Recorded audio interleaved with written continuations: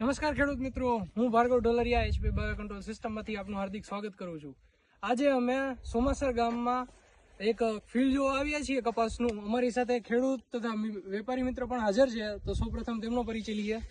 તમારું નામ તથા તમારું ગામ? મારું નામ વિનોદભાઈ લાભુભાઈ, ગામ સોમાસર, તાલુકો મૂળી, જિલ્લો સુરેન્દ્રનગર। તો આ તમે કઈ વેરાયટી વાવેલી છે? RTM radar. RTM radar. તો મિત્રો તમે જોઈ શકો છો આ છોડ એકદમ ઊંચો છોડ છે, ભરાવદાર અને ઝીંડવાની સાઈઝ પણ મોટી છે। મિત્રો તમે આખે આખું આ ફિલ્ડ જોઈ શકો છો।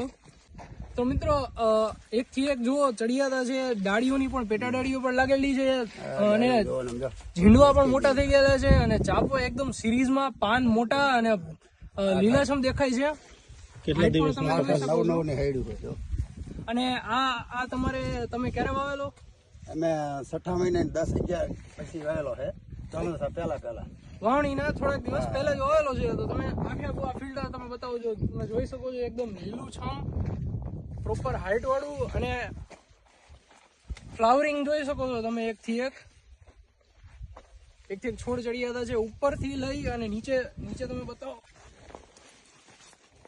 અહીં તમે જોઈ શકો છો એકદમ નીચે ઝીંડવા લાગેલા છે, ડાળીઓની પણ પેટા ડાળીઓ છે અને ફ્લાવરિંગ તથા ચાપવાની સંખ્યા પણ વધારે છે।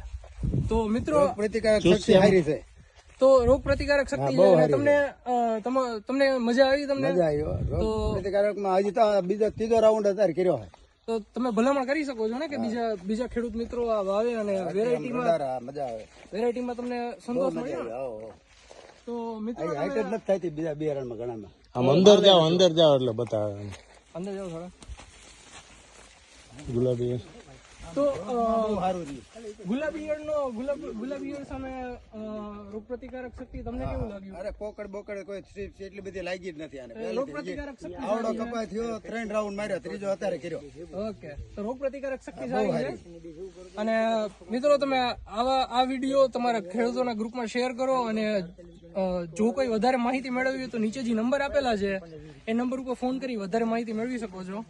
અને બને ત્યાં સુધી આવા જે વિડીયો છે તમારા ખેડૂતોના ગ્રુપમાં શેર કરી અને વધારે માહિતી મેળવો। આભાર।